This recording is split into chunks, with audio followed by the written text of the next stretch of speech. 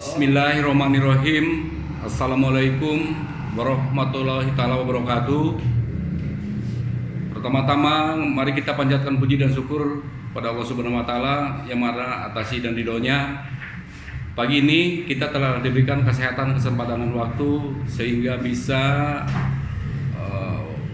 bertemu, bertatap muka dalam rangka menyampaikan materi pelajaran tentang masalah narkoba dan lalu lintas.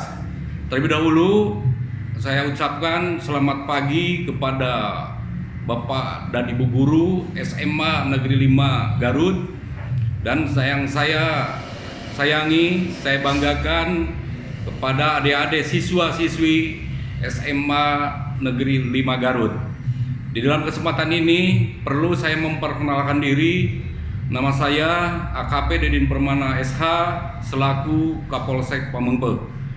Di dalam kesempatan ini perlu kami menyampaikan informasi bahwasannya masalah COVID-19 khususnya di wilayah Kabupaten Garut masih tetap berada, jadi kita harus tetap waspada untuk menyikapinya. Dan hal-hal ini perlu disampaikan juga bahwasannya protokol kesehatan pada saat belajar harus tetap dilaksanakan, yaitu dengan cara mencuci tangan, memakai masker, dan menjaga jarak. Kemudian selanjutnya mungkin saya untuk mempersingkat waktu akan menyampaikan materi. Yang pertama adalah masalah bahaya daripada narkoba. Saya mau menyampaikan apa narkoba itu. Jadi istilah narkoba jadi akronim dari narkotika, psikotrika, dan bahan adiktif lainnya. Narkoba adalah jika dimasukkan ke dalam tubuh dapat mengubah pikiran, suasana hati, perasaan, perilaku seseorang. Narkoba terdiri dari sebutan adalah zat atau obat dari tanaman, bukan tanaman, sintetis dan semi sintetis, yaitu mengakibatkan dapat penurunan perubahan kesadaran, hilangnya rasa, mengurangi rasa nyeri, menimbulkan ketergantungan daripada para pemakainya. Berdasarkan proses pembuatan narkotika yaitu secara alami, yaitu zat obat yang timbul dari alam tropis, yaitu opium, koka, dan ganja. Sedangkan semi sintetis yaitu zat yang diproses, yang disebut melalui namanya adalah morfin, heroin, kodein, dan lain-lain. Sedangkan sintetis jenis obat yang diproduksi secara sintetis untuk medis dan penelitian. Berdasarkan efek daripada pecandu narkoba adalah menimbulkan rangsangan, yaitu stimulan, kemudian menimbulkan ketegangan atau depresive, dan lanjut menimbulkan daya kasar atau halusinasi. Berdasarkan daerah, asal usul daripada narkoba adalah dari bulan sabit atau emas, yaitu daerah dari Afghanistan, Pakistan, Iran, dan sebagainya. Itu penghasil daripada opium. Kemudian segitiga emas, yaitu berasal dari Thailand, Myanmar, Laos, yang dihasilkan oleh berupa candu. Kemudian segitiga Amerika Latin, Kolombia, Peru, Bolivia, yaitu kokain. Sedangkan dari Indonesia adalah dari Aceh, Maroko, Meksiko, yaitu ganja. Jenis yang disalahgunakan adalah contohnya opiat atau opium, ganja, marijuana, kanabis, hasis, gele, dan cimeng. Kemudian kokain dijumpai di Kolombia, Amerika Latin. Kemudian morfin dan heroin yaitu berbentuk putau, smack, jang, bedak putih. Pemakaian dengan cara-caranya adalah sebagian ada yang ditelan atau diminum, yaitu berupa ekstasi, leksotan, dan miras. Dihirup kokain, hasis, dan sabu-sabu. Sedangkan dihisap atau dirokok itu berupa ganja dan marijuana dan tembakau. Dan ada juga yang dilakukan melalui dengan suntikan, yaitu heroin, putau, morfin, dan amfetamin. Perlu diketahui bahwasanya psikotropika adalah zat atau obat baik alamiah maupun sintetis, bukan narkotika, yang berkaitan dengan psikoaktif melalui pengaruh selektif pada susunan saraf pusat yang menyebabkan perubahan pada aktivitas mental dan perilaku. Berdasarkan daerah, yaitu tadi sudah saya sampaikan, contoh dari Cina itu kebanyakan adalah sabu-sabu, Belanda, Cekoslowakia, Australia dan sebagainya, metamin, kemudian Tangerang, Indonesia berbentuk ekstasi. Jadi efek daripada penggunaan tersebut adalah menimbulkan rangsangan yang tadi stimulan, kemudian menimbulkan ketegangan dan menimbulkan daya khayal atau halusinasi. Perlu disampaikan juga adalah apa bahan adiktif tersebut. Zat adiktif adalah bahan yang menggunakan dapat menimbulkan ketegangan fisik. Berdasarkan jenis, yaitu alkohol, miras, bisa aja. Salah satunya adalah brandy, vodka, wine, whisky, itu contoh daripada alkohol. Kemudian pelarut, lem, ibon, tanner, bahan adiktif ringan, nikotin, rokok, kafein, kopi dan coklat. Berdasarkan efek menimbulkan, saya ulang kembali, menimbulkan alkoholisme yang tadi, yaitu halusinasi, paranoid, yaitu ketakutan, kehilangan kendali, kesadaran berupa dan depresi. Perubahan sikap dan perilaku yang sering mempergunakan narkoba adalah suka membohong, prestasi belajar turun, mudah marah, pulang larut malam. B. Perubahan fisik, yaitu acuh, pucat, muka ngantuk, bicara cadel, mata, hidung berair, menguap terus lama di kamar mandi. Kemudian ditemukan narkoba dan peralatannya berada seperti botol aqua atau bong serta timah, sendok, sedotan. Itu salah satunya adalah media untuk alat cara-cara memakai narkoba. D. Diketahui sedang menawarkan narkoba pada orang lain. Anak menjual umumnya dari pengguna ke pengedar. Mengapa remaja mudah menyalahgunakan narkoba? Hasil penelitian salah satunya adalah, yang pertama adalah mudah dipengaruhi oleh kawan sendiri. Kemudian yang nomor 2, rasa ingin tahu yang tinggi.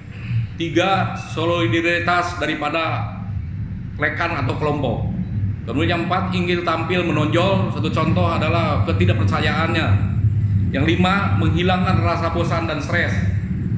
Dan yang 6, keinginan memberontak dari diri sendiri. Remaja termasuk berisiko tinggi, tidak bisa berkomunikasi dengan orang tua, tidak berada dalam pengawasan orang tua, kontrol diri yang rendah, kepercayaan diri, harga diri yang rendah, tidak mau mengikuti aturan, norma tata tertib, suka mencari sensasi, bergaul tinggal di lingkungan penyalahgunaan narkoba, dikucilkan atau sulit menyesuaikan diri dengan lingkungan, memiliki anggota yang kurang diketahui, kemudian rendah penghayatan spiritual. Jadi faktor-faktor penyebab penyalahgunaan narkoba selanjutnya adalah adanya kesempatan situasi yang memungkinkan seperti diskotik, tempat hiburan, kreasi dan pesta. Yang kedua, solidaritas dalam kelompok, ajakan, rayuan dan iming-iming yang disampaikan oleh rekan-rekannya. Kemudian lingkungan yang sangat membiarkan maraknya perjudian, penjualan bebas narkoba. 5, lemahnya penegakan hukum. Yang keenam, memudahkan memperoleh narkoba dengan harga yang relatif terjangkau. Perlu diketahui, kandungan zat dari narkoba adalah bagi yang sudah terbiasa secara psikologis tidak dapat lagi hidup tanpa yang adanya narkoba tersebut. Secara fisik, kesakitan, tidak nyaman bila tubuhnya tidak ada lagi zat-zat narkotika. Secara fisik akan merasakan nikmat bila tubuhnya itu terisi zat-zat yang ada dimaksud. 4, bagi pecandu bila sudah ketagihan, pikirannya hanya setuju pada narkoba. Urut-urutan penyalahguna narkoba ini yang sering ada di kehidupan sehari-hari atau di lapangan. Yang pertama adalah contohnya itu dimulai dari merokok. Setelah merokok kemudian berlanjut dengan narkotika, dilanjutkan dengan dibarengkan dengan alkohol, dan dilanjut lagi dengan psikopetrika. Terakhir, pergaulan bebas. Beberapa alasan menyalahgunakan narkoba, mula-mula pertama itu hanya coba-coba untuk hilangkan rasa susah, mencari rasa aman, enak, dan ingin tahu. Yang kedua, menggunakan secara bersama-sama untuk mengisi kekosongan waktu senggang. Yang ketiga, menggunakan pada situasi tertentu. Yang keempat, menggunakan karena ketergantungan. Proses terjadinya penyalahgunaan narkoba pertama adalah kompromi, tidak dengan tegas menentukan sikap menentang narkoba. Yang kedua adalah coba-coba, jadi tawaran daripada teman-teman untuk mencoba memakai. Kemudian yang ketiga, toleransi. Dengan memakai beberapa kali, tubuh menjadi toleran dan perlu ditingkatkan dosis pemakaiannya. Kemudian yang keempat, eskalasi, peningkatan dosis yang ditambah jenis narkoba yang dipakai dengan dosis terus bertambah. Kemudian habituasi, pemakaian narkoba sudah menjadi kebiasaan. Yang selanjutnya, adiksi, keterikatan pada narkoba sudah mendalam sehingga tidak bisa terlepas dan gejala putus obat berat. Intoksidasi, keracunan oleh narkoba, mengalami kerusakan pada organ tubuh, otak, hilangkan kesadaran, mati, organ tubuh rusak, otak gila atau tidak berfungsi. Mengapa narkoba dilarang? Ini yang paling penting. Yang pertama adalah ajaran agama, semuanya ajaran agama mengharamkan penyalahgunaan daripada narkoba. Kemudian kebijaksanaan pemerintah, Undang-Undang Nomor 22 Tahun 97 tentang narkoba, Undang-Undang Nomor 5 Tahun 97 tentang psikotropika, C. Kepres Nomor 3 Tahun 97 tentang minuman beralkohol, D. Pernyataan Presiden bahwa narkoba menjadi bencana nasional, E. Kepres Nomor 17 Tahun 2002 yang diubah Perpres Nomor 83 Tahun 2007, dan F terakhir Undang-Undang Nomor 35 Tahun 2009 tentang narkotika. Mengapa narkoba perlu dihindari? Narkoba karena merugikan pribadi, individu, kekeluargaan, 3. masyarakat, dan 4. merugikan bangsa. Untuk apa narkoba boleh dipakai? Nah, ini harus sisa-sisa perlu diketahui bahwasanya ada narkoba tersebut adalah bisa dipakai, yaitu peruntukan untuk medis atau kesehatan. Yang kedua, untuk ilmu pengetahuan. Jadi diperbolehkan dengan syarat-syaratnya harus ada, yaitu harus ada surat keterangan atau izin dari kesehatan dari kepolisian. Sasaran peredaran narkoba yang ada di daerah kita, khususnya di Indonesia, yang pertama adalah lingkungan pendidikan, sekolah, perguruan tinggi, dan pondok pesantren. Nah, di kesempatan ini digarisbawahi khusus untuk adik-adik para siswa, jauhi yang namanya narkoba. Kemudian yang B, lingkungan kerja di instansi pemerintah, instansi swasta, asrama, lapas, dan rutan. C, lingkungan pemukiman, tempat ramai, tempat sepi, tempat hiburan malam, dan terminal. Tindakan menghindari narkoba, yaitu untuk pertama adalah aktif kegiatan positif. Contoh adik-adik di lingkungan sekolah, silakan dimanfaatkan waktunya untuk belajar, untuk kegiatan lainnya yang positif yang berhubungan dengan mata pelajaran. Kemudian yang kedua, aktif kegiatan organisasi, baik itu OSIS, kepemudaan, organisasi dan lainnya. C, memperdalam pemahaman keagamaan. 4, mengisi waktu luang dengan olahraga. 5, menjauhi para penyalahguna narkoba. 6, meningkatkan harga diri, percaya diri. Dan 7, jadilah orang yang kreatif, produktif, dan inovatif. Kesimpulan, narkoba akan tetap ada karena diperlukan untuk pengobatan dan ilmu pengetahuan. Yang paling dilarang adalah penyalahgunaan narkoba bagi diri sendiri, yaitu nantinya bisa jadi ketergantungan. Sekali lagi, narkoba itu bisa diadakan untuk penyelidikan, untuk kesehatan, jadi bisa dilaksanakan. Jadi adik-adik jangan coba-coba untuk menyalahgunakan daripada narkoba itu sendiri. Secara singkat saya jelaskan dulu sementara, nanti silakan adik-adik dipelajarin. Ini banyak contohnya, jenis yang namanya narkoba, banyak macamnya. Silakan nanti dipelajari, nanti akan kami sampaikan melalui ada contoh-contoh gambar jenis-jenis narkoba dan akibat daripada menyalahgunakan narkoba tersebut. Mudah-mudahan ini dapat manfaatnya kepada kita semua, terutama adik-adik sekalian, sehingga terbebas dari masalah narkoba. Khusus untuk undang-undang yang dipakai, sanksi yaitu Undang-Undang Nomor 35 Tahun 2009 tentang narkotika. Ancaman paling rendah 5 tahun dan maksimal adalah hukuman seumur hidup dan hukuman mati. Demikian mungkin untuk masalah materi narkoba. Kemudian satu lagi, saya secara singkat aja, khususnya untuk masalah tertib lalu lintas. Bisa dilanjut ya? Adik-adik yang kami sayangi dan kami banggakan, para siswa-siswi SMA 5 Negeri Garut. Materi yang kedua adalah tentang lalu lintas. Undang-Undang Lalu Lintas dan Angkutan Jalan Nomor 22 Tahun 2009 tentang etika dan tata cara berlalu lintas. Pengertian daripada etika adalah kesopanan, sopan santun. Jadi lalu lintas, gerak pindah orang. Saya ulang lagi, pengertian daripada lalu lintas adalah gerak pindah orang, barang, benda dari satu tempat ke tempat lain. Jadi etika berlalu lintas, tingkah laku para pemakai jalan dalam melaksanakan undang-undang dan peraturan lalu lintas serta norma-norma sopan santun antara sesama pemakai jalan.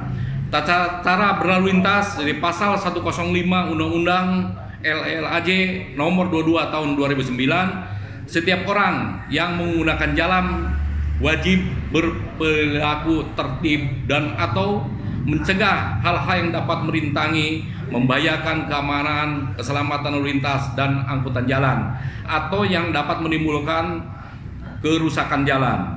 Jadi kewajiban pengemudi saat berkendara yaitu 1. Wajib mengemudikan kendaraan dengan wajar dan penuh konsentrasi. 2. Wajib mengutamakan keselamatan pejalan kaki dan bersepeda.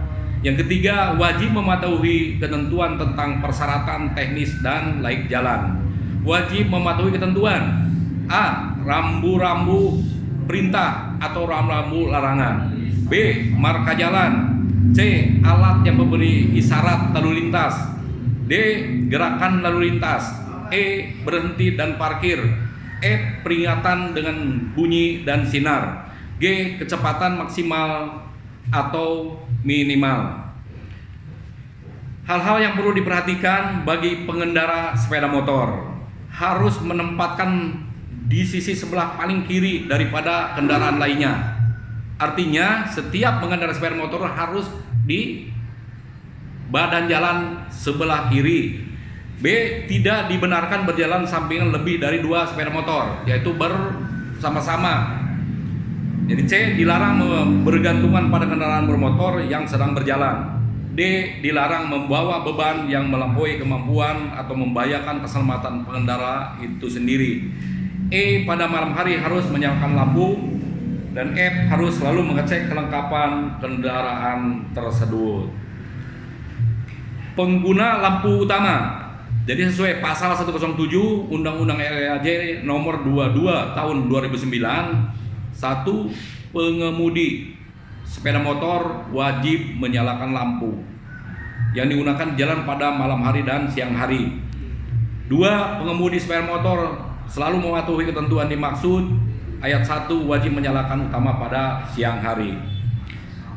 Jalur atau lajur lalu lintas itu lewatkan saja.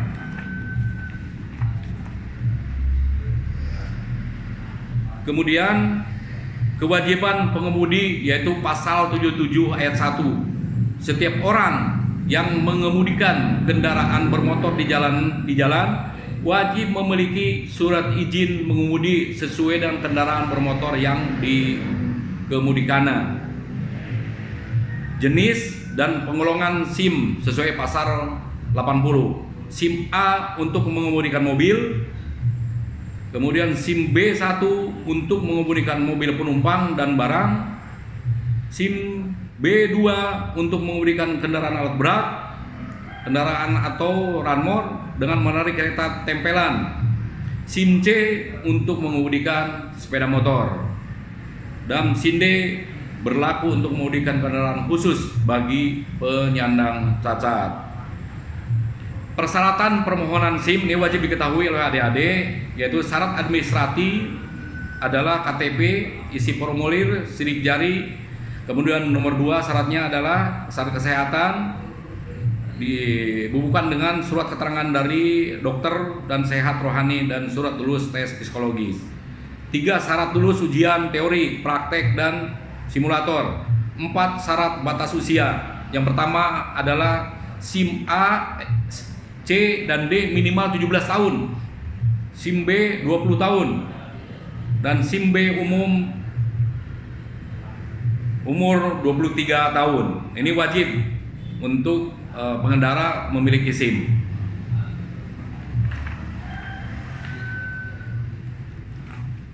Semua pelaksanaan ataupun kegiatan khususnya bagi pengendara tentunya ada sanksi pidana kalau dilanggar. Jadi dimulai dari ancaman kurungan 1 bulan sampai 4 bulan, itu sesuai ketentuan bagi yang tidak memiliki SIM ataupun kelengkapan untuk identitas lainnya. Mungkin untuk sementara yang perlu saya sampaikan khususnya untuk masalah kendaraan bermotor ataupun mengendara sepeda motor harus mengikuti ketentuan.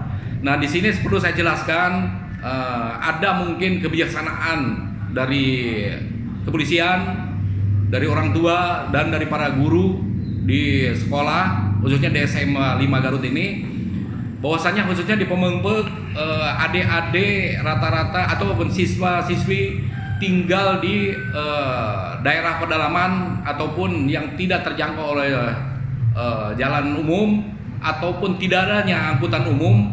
Oleh karena itu makanya silakan mempergunakan sepeda motor dengan catatan harus diikutin dengan ketentuan-ketentuan dan peraturan yang telah saya sampaikan. Diantaranya adalah kelengkapan daripada kendaraan harus memakai helm secara yang setara nasional, kemudian kelengkapan daripada sepeda motor tersebut. Yang jelas pada saat mengendara para siswa dilarang kebut-kebutan, dilarang saling menyalip, sehingga apa yang saya sampaikan tadi, tertib lalu lintas, sopan santun di lalu lintas di jalan harus dilaksanakan. Demikian mungkin materi yang dapat saya sampaikan.